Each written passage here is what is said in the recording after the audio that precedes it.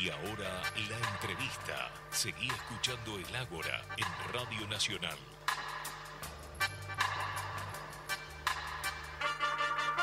Bueno, y en minutitos vamos a seguir abordando, ¿no? Un poco estas consecuencias que tiene la pandemia en la ciudad, bueno, en todo el país. Bien, y específicamente vamos a hablar de educación y cultura. Vos ya estuviste anticipando un poco de lo que es cultura y sabemos que en Bahía Blanca, dentro de lo que es el ámbito del Consejo Deliberante, hay una comisión específicamente de Cultura y Educación y quien la preside es el concejal del Frente de Todos, Carlos Quiroga, con quien estamos ahora en comunicación telefónica. Buenas tardes, Carlos, ¿cómo estás? Victoria, Juliana y Juan Ignacio te saludan. ¿Qué tal? ¿Cómo les va? Buenas tardes a todos. Buenas tardes.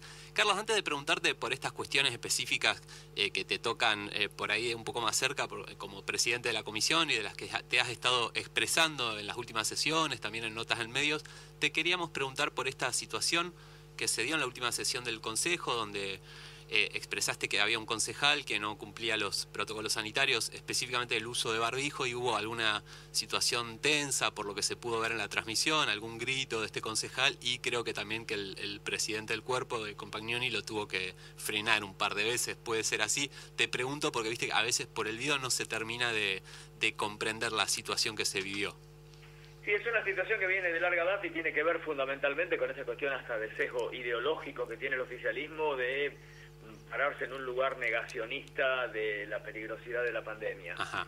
Entonces todo el tiempo no es el único el concejal al que se aludió en esa sesión, el que no respeta de manera rigurosa la colocación del barbijo como corresponde. Uh-huh. El propio consejo, y yo se lo hice notar al presidente en el momento en que hablé en la sesión, es responsable de que, por ejemplo, los baños no tengan ni alcohol en gel ni jabón de tocador. Desde el primer momento de la pandemia, y desde antes también, pero antes, digamos, como que no se tomaba muy en consideración. Pero a partir de la emergencia, claro, nunca estuvieron dotados de los elementos mínimos de seguridad. Estamos en un recinto donde el distanciamiento social es imposible. En la última sesión estuvimos alrededor de 8 horas ahí, con una ventilación en un cuarto intermedio, pero insuficiente. No, con lo cual, digamos, la colocación y el sostenimiento del mismo en los términos que corresponde del tapabocas y nariz es indispensable por seguridad propia, pero fundamentalmente por respeto y para que no corran riesgo los demás, tanto de un bloque como de otro, y los trabajadores del Consejo, que son un número importante en cada sesión. Claro. Ya la concejala izquierda había advertido al principio de la sesión, le había pedido al presidente que fuera muy terminante en esto de que se colocara el barbijo como corresponde, y no hubo caso, no hubo manera. Entonces después te salta la térmica sin querer, claro, porque realmente parece mentira tamaña irresponsabilidad. Pero ellos están en esta historia, en esta onda de no pasa nada, no es importante, lo ponen en términos de coraje y de temor. Bueno, y logran lo que está pasando hoy, ¿no? 140 y pico de casos, los días 170, 120, bajó el fin de semana porque pasa siempre que quedan ahí ocultos, pero estamos en una situación gravísima con un virus que en grado de circulación extrema, y no hay que descuidarse, pero bueno... Sin lugar a dudas hay que estar con la guardia alta porque estamos no sé si en el pico, pero en un momento muy alto de casos diarios y en un momento que está muy estresado el sistema hospitalario. Después por ahí podemos charlar un poco de eso, pero quería abordar el tema de la educación para preguntarte cómo recibiste vos, como presidente de la comisión respectiva, este Zoom que realizó el intendente Héctor Gay en algo que no se entiende bien, pero que es como una especie de anuncio de que empiezan a pensar la vuelta a clases presenciales, pero no ahora, sino para más adelante. Y digo, no sé... parte de la campaña de Cambiemos están organizados de manera muy rigurosa, muy vertical, y generan todos los lunes un tema para provocar este tipo de circunstancias de tensión, y lo hacen de manera sistemática en todos y cada uno de los distritos que gobierna Juntos por el Cambio. No les importa demasiado la educación en el fondo, ni tampoco saben, era muy cómico. Yo no vi el Zoom, pero anunciaban, vamos a discutir de educación con el intendente Gay de 16 a 17, digamos, la puta, 1 hora alcanza para discutir de educación. Sí. La verdad es que deben tener las ideas muy claras. Sí. O esa es la importancia que le dan a la educación, 1 hora también, en un día. También. Sí, aparte la gráfica con la que lo difundieron, con todas las pantallitas y grande la cara de Gay, era medio entre ridículo y promocional. Y recuerdo también un tuit hace un tiempo en esta misma línea, retomando esto que vos decís, que generan temas conflictivos sobre la toma de tierras dirigido al intendente, que era copiado, calcado de otros intendentes como Jorge Macri, que habían puesto lo mismo, la frase era la misma. Pero, porque esa es la organización que tienen y esa es la organicidad que ellos respetan, no es que ya que le pareció bien al de acá lo que hizo el otro, lo repito. No, es un instructivo, digamos, común a todos. Así que en ese sentido ellos no tienen mayor inconveniente en promover estas cosas. Sí. Después terminan de la peor manera, ¿no? Porque, digamos, quedan como los buenos de la película, los que creen interpretar el sentimiento de un sector, no sé cuán numeroso, pero importante de la sociedad, que quiere abrir, que quiere ir a trabajar, que quiere ir a la escuela, que quiere todo. Quedan como los buenos de la película, pero resulta que como pasó con el comercio y con los bares, abran todo, porque Gay, como buen gerente más que gobernante, como el cliente siempre tiene razón, lo presionan de un lado y abre, lo presionan del otro y abre. Pero solo eso. Con lo cual, en realidad no los está favoreciendo, los está perjudicando, porque si vos no le das sustentabilidad a la apertura, claro, con testeos masivos, aislamiento de casos sospechosos, fiscalización, controles, etcétera, no sirve de nada y pasa lo que pasa ahora. Entonces es una gran irresponsabilidad. Y después los comentarios que hacen desde el secretario de Salud, el intendente y otros funcionarios, que la verdad parecen sacados de esta semana en Springfield, ¿no? La columna de cadete, porque son ridículos, contradictorios, superficiales, y digamos, y expresados como si se tratara de personas que nada tienen que ver ni ninguna responsabilidad les compete en cuanto a enfrentar esta situación. No sabemos qué es lo que quieren hacer y cómo.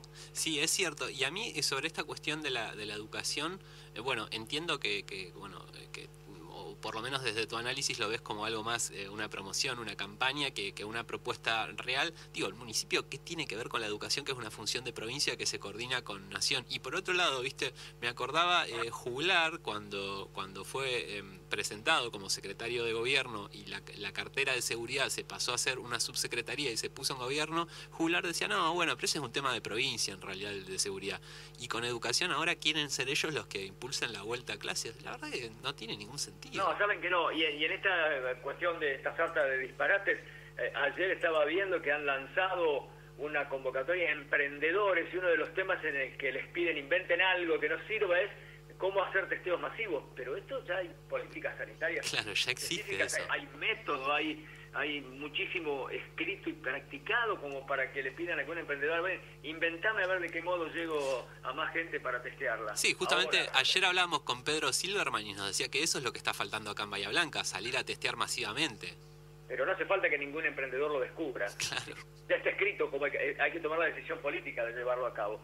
Y con la educación es cierto, ellos saben que no es responsabilidad de ellos. Pero en realidad, en el ámbito local, cuando bajamos el tema, más allá de la sistematicidad del discurso unificado que ellos tienen en los distritos que gobiernan, acá le agregan lo que verdaderamente les importa. Acá le agregan el tema de las escuelas privadas no dan más. Las escuelas privadas necesitan recursos, las escuelas privadas necesitan plata. Claro. Ese es la defensa de ellos es la empresa.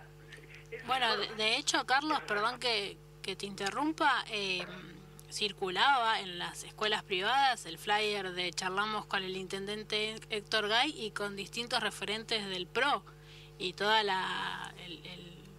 flyer era bien partidario, no era una cuestión institucional.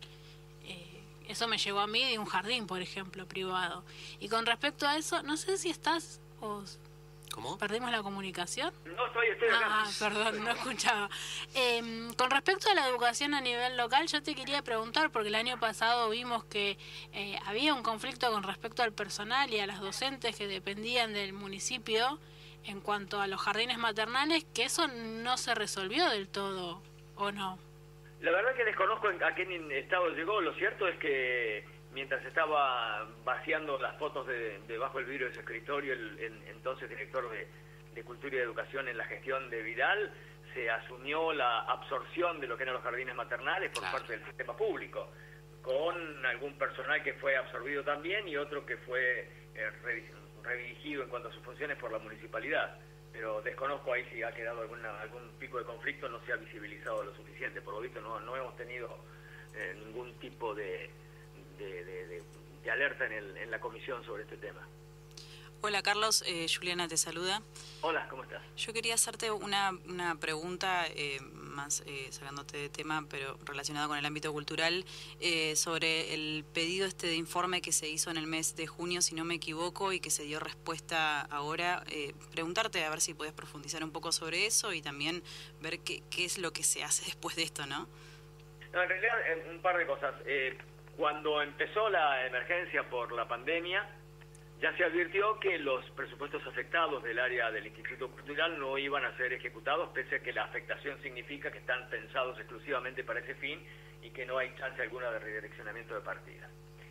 No obstante, se votó una emergencia económica que reclamó como herramienta indispensable desde el punto de vista administrativo el Ejecutivo Municipal y que nosotros acompañamos, pero con la condición de incluir el artículo 3º de ese proyecto, que establecía que cualquier redireccionamiento de partidas que se diera en el ámbito o en función de esta emergencia debía ser publicado en la página web del municipio y documentalmente explicado ante el Consejo Deliberante en tiempo y forma. En tiempo y forma se interpreta que es cuando sucede, no el día que tenga ganas. Claro. Bueno, es de aquí que los campeones de la transparencia no publicaron nada en la página web, no nos informaron nada, terminaron los 90 días de vigencia de la emergencia económica y vienen hace un mes con que vamos a renovarla. Bueno, para acompañar, porque pretendían sacarla por unanimidad, ellos tienen los votos suficientes sin necesidad de las manos nuestras, pero como pretendían darle una mayor fortaleza, sacándolo por unanimidad, le dijimos, bueno, si quieren, infórmennos primero qué redireccionamientos de partidas hubo, porque en el medio se escuchó al intendente más de una vez decir, la plata de cultura va para salud y para las políticas de asistencia alimentaria. No sé, 5 veces lo pedimos. Bueno, finalmente la otra semana llegó, era una información muy escueta, si bien estaba el desglose después del sistema, pero concretamente daba 2 datos fuertes. Uno, solamente la Municipalidad de Bahía Blanca, para compensar, digamos, el desequilibrio que le significa en sus partidas una emergencia como la que estamos viviendo, solamente redireccionó 36.400.000 pesos de un presupuesto de 9.200. Y la otra parte, que nos importaba mucho, era que entre las partidas que fueron redireccionadas no hay ninguna que pertenezca al Instituto Cultural. La mayor cantidad de recursos salió de la SAPEM ambiental, que dicho sea de paso, ahora la van a privatizar porque dicen que no sirve, y resulta que es una empresa que cumple un buen servicio a un precio inferior al que va a cobrar seguramente un privado. Seguro. Y que además tenía un superávit que le permitió al municipio hacerse de 16 millones y pico de pesos en un instante. Y después de un par de acciones, de un par de partidas vinculadas con fumigación y desmalezamiento, con cosas que se vieron reducidas en su intensidad por la falta de personal producto de la reducción de plantillas en función de la emergencia. Previo a esto, nosotros habíamos presentado en julio, viendo que nada nos informaban de redireccionamiento de partidas, habíamos presentado un pedido de informes que el cuerpo votó, solicitando información sobre qué nivel de ejecución tenían al mes de julio los presupuestos del Instituto Cultural. Y bueno, por sistema, ese expediente está desde el 20 de julio en el Instituto Cultural y no se han dignado a dar absolutamente ninguna respuesta, aunque imaginamos, visto la evidencia que apareció ahora, cuál es la realidad. Bien. Carlos, y otra cuestión sobre la que te quería preguntar es, no sé si leíste el comunicado que sacó la coalición cívica ARI de la provincia de Buenos Aires, que como vos sabés, el senador de Leo, senador bahiense, senador provincial, es quien la conduce, donde se refiere específicamente a la situación epidemiológica de Bahía Blanca, dice que no es tan grave, que hay un plan del oficialismo provincial de poner en fase 3 a los distritos de Juntos por el Cambio, haciendo referencia no solo a Bahía Blanca, sino a Mar del Plata, y específicamente de Bahía Blanca habla de una supuesta operación de zona sanitaria 1 para hablar de que estamos a punto de hacer derivaciones cuando, según el informe de hoy, como decíamos anteriormente, quedan solamente 2 unidades de terapia intensiva para COVID-19 disponibles. Sí, es mal que le pese al senador de Leo, la única verdad es la realidad, y cuando uno ve los números, pero no es cuestión de zona sanitaria, no es cuestión del bloque de concejales del Frente de Todos, no es cuestión de nuestro referente Federico Subrieles, es cuestión de escuchar simplemente a los médicos, a las médicas, a directivos de hospitales, que están advirtiendo y poniendo la voz de alerta desde hace meses y no les han dado ni 5 de bolilla. Y hoy tenemos estos números, digamos, esto es real, los muertos lamentablemente son tales, 75, 77 personas fallecidas producto del COVID-19. 1 o 2 camas quedan en muchísimos momentos del día o de la semana en disponibilidad, que un rebrote, una profundización de los brotes contenidos en una especie de burbuja en varios geriátricos puede generar verdaderamente una situación catastrófica. Entonces esto no es ninguna maniobra política, ellos están en este negacionismo, que es el mismo que lleva a los concejales a ponerse el barbijo en la pera. Les importa un pito, no tienen, digamos, tienen esta mirada, esta visión de la libertad mía, propia, individual. Es muy difícil de discutir con ellos cuando hay que poner cosas en una dimensión colectiva. Esa no la cazan. Nunca. Bien. Y la última pregunta que te quería hacer, porque ya nos estamos quedando sin tiempo, tiene que ver con algo que pasó a nivel nacional y es una noticia nacional, pero que tiene impacto en Bahía Blanca.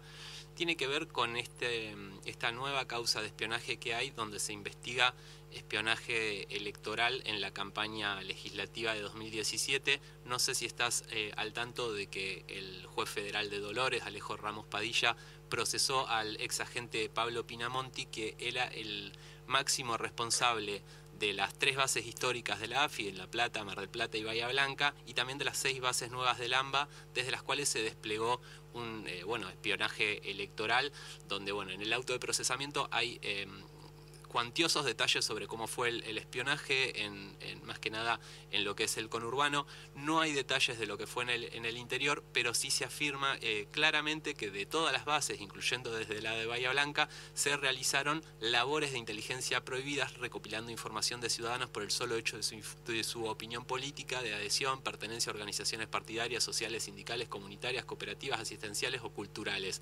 Y te pregunto a vos, porque fuiste también quien encabezó una de las listas en ese momento, me refiero a la de Unidad Ciudadana. Sí, la verdad que desconozco, tengo una absoluta confianza en las capacidades y las calidades humanas y técnicas del juez Ramos Padilla, así que confiamos en que esta causa va a llegar a fondo. Lo que sí ha quedado en evidencia, independientemente de las cuestiones particulares, supongo que nos habrán espiado, no tengo idea, eso no tuve ninguna evidencia que me permita sostenerlo, veremos después qué hay en el expediente, si se tiene acceso a él.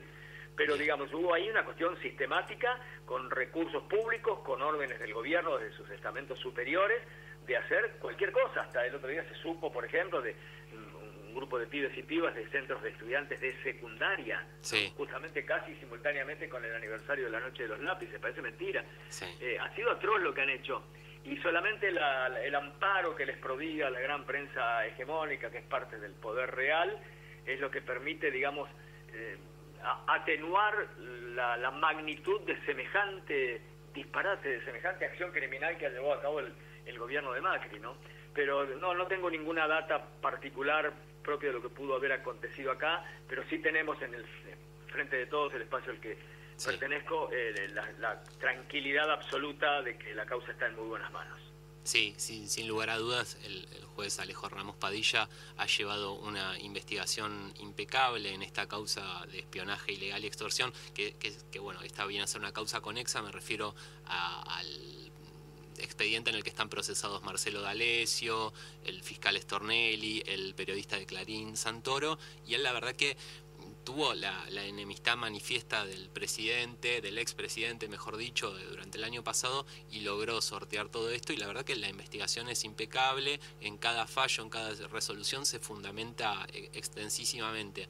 Así que tendremos que esperar. Una sola cosa te quiero... Sí, decime, Carlos. Te quiero aportar, digamos, tal vez, viendo esta causa y estas circunstancias que mencionaste y los nombres involucrados, se entienda mejor por qué Macri quería sostener en otros lugares a jueces que no les correspondía estar en ese sitio, ¿no?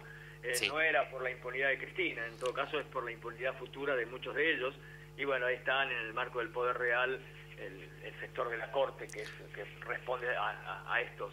Sí, estoy de acuerdo, porque por ejemplo en el caso de los traslados de Bruglia y Bertuzzi, que se habla tanto en estos días de que eran los jueces que iban a juzgar a Cristina, no, en realidad quienes los antecedieron en ese rol fueron quienes juzgaron a Mauricio Macri en la causa que el fiscal Nisman lo investigaba por espionaje ilegal, una causa anterior 10 años atrás donde había espiado entre otras personas a otra de sus hermanas. Ahora investigó una segunda hermana, así que son muchas casualidades, digamos.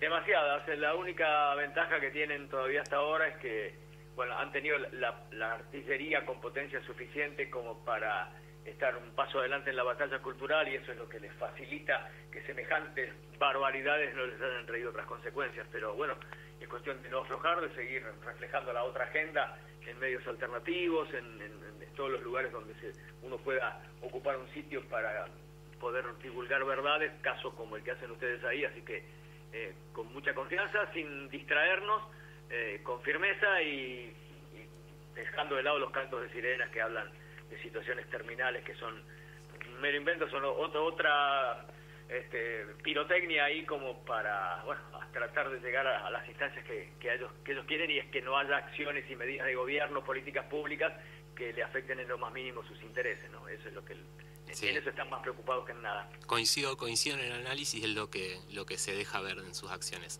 Carlos, muchísimas gracias por esta comunicación, como siempre, por ayudarnos a entender qué es lo que está pasando en nuestra ciudad, y bueno, a disposición como siempre para seguir las noticias del Consejo Deliberante y de la comisión que presidís.